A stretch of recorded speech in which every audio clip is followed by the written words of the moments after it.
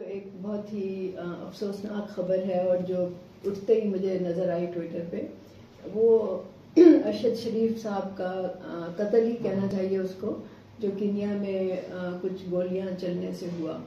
اب اس وقت تک تو صبح کو اتنی اس کی آتھینٹک مجھے نظر نہیں آ رہی تھی خبر، بہت سی قیاس آرائیاں ہو رہی تھیں، لیکن ابھی میں نے دیکھا ہے تو یہ کہہ رہے ہیں کہ کینیا کی پولیس نے یہ کہا ہے کہ یہ ایک مسٹیکن آئیڈینٹی کا کیس تھا۔ اس کا مطلب ہے کہ ارشد شریف کو انہوں نے کسی اور سے کنفیوز کیا، اور یہ چیک پوسٹ پہ ان کو اطلاع آئی تھی کہ اسی طرح کی ایک گاڑی ہوگی تو آپ اس کو روک کے چیک کریں۔ تو جب ان کی گاڑی آئی تو یہ لوگ رکے بغیر نکل گئے، اور پھر ظاہر ہے اس کے نتیجے میں پولیس نے گولیاں چلائیں، جن سے کہ ارشد شریف صاحب جو تھے وہ ان کی ڈیتھ ہوئی۔ تو اب اس کا ظاہر ہے کہ مجھے پوری معلوم نہیں ہے تفصیلات کہ وہ کینیا کیوں گئے تھے، کس کی گاڑی میں تھے، وہاں پہ کیا ان کا ایجنڈا تھا، لیکن کچھ لوگ کہہ رہے ہیں کہ وہ ایک دوست کے پاس گئے تھے۔ بہرحال میں اس پہ بحث نہیں کروں گی یا اس پہ ڈسکشن نہیں کروں گی، کیونکہ مجھے معلوم نہیں ہے، حقائق کا نہیں پتا، تو قیاس آرائی کرنے سے کوئی فائدہ نہیں۔ لیکن اس میں کچھ پوائنٹس ہیں جو کہ میں بتانا چاہوں گی، یا کم از کم لوگوں کی توجہ اس طرف دلانا چاہوں گی کہ اور اس کے پہلو کیا ہو سکتے ہیں۔ تو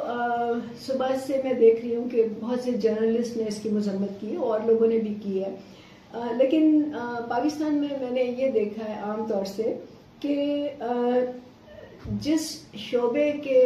کسی شخص کے ساتھ اس طرح کا واقعہ ہوتا ہے، چاہے وہ اٹھایا جائے یا اس کا قتل ہو یا اس کو ٹارچر کیا جائے،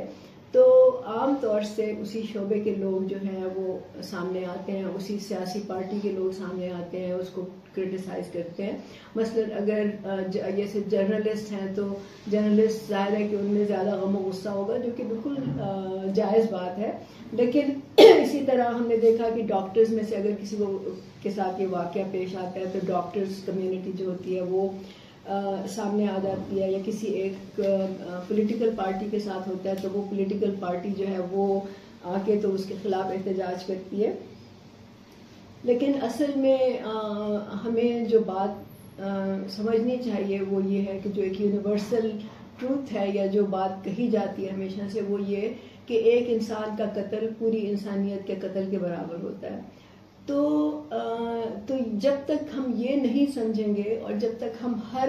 قتل پر، ہر ٹارچر پر، ہر اس طرح کے انسیڈنٹس پہ ہم یک زبان ہو کے ہم احتجاج نہیں کریں گے، اور ہم اس کی مذمت نہیں کریں گے، اور ہم یہ ڈیمانڈ نہیں کریں گے کہ اس کی ہمیں اصلیت پتہ چلے، یا اس کو ہمیں اس کی تفصیل بتائی جائے، سچائی بتائی جائے، تب تک یہ چھوٹے چھوٹے گروپس میں ہی اس طرح کے پروٹیسٹ رہیں گے، اور اس سے یہ سلسلہ رکے گا نہیں، کیونکہ وہ افیکٹو نہیں ہوں گے۔ جب سب لوگ یک زبان ہو کے، یکجا ہو کے آواز اٹھاتے ہیں کسی مسئلے پہ، تو اس کا ایفیکٹ زیادہ ہوتا ہے، اور اس سے ہم یہ امید کر سکتے ہیں کہ سسٹم میں کوئی تبدیلی آئے گی۔ تو اگر چھوٹے چھوٹے گروپس کرتے رہیں گے تو میرا نہیں خیال کہ اس میں کوئی فائدہ ہو سکتا ہے۔ پاکستان میں ہزاروں جرنلسٹ ہیں، چھوٹے چھوٹے جرنلسٹ ہیں، جو اپنے اپنے طور پہ بہت محنت کر رہے ہیں، دن رات محنت کرتے ہیں، وہ کوشش کرتے ہیں کہ لوگوں تک خبریں پہنچائی جائیں۔ تو اگر کیا ان کے ساتھ ایسا ان میں سے کسی کے ساتھ ایسا واقعہ ہو تو کیا یہ آواز اٹھے گی؟ کیا صرف جو لوگ بڑے جرنلسٹ ہیں، جو مشہور ہیں، جن کے پاس پیسہ ہے، یہ جو زیادہ انفلوئنشلز ہیں، کیا صرف انہی کی موت جو ہے یا انہی کے ساتھ اس طرح کا واقعہ ہونا جو ہے وہ قابل مذمت ہے؟ یہ ساری باتیں ہمیں سوچنی پڑیں گی۔ تو اب بات یہ ہے کہ اس کو ہم اور ایک اور یہ سوال جو بہت بڑا سوال اٹھ رہا ہے کہ کیا ارشد شریف صاحب جرنلسٹ تھے بھی یا نہیں تھے؟ مطلب ان کی جرنلزم پہ بھی کویسچن اٹھ رہا ہے، اور اس طرح سے میں دیکھتی ہوں کہ بہت سے لوگوں کے، بہت سے صحافی جو ہیں ان کے اس پہ یہ سوال اٹھتا ہے۔ تو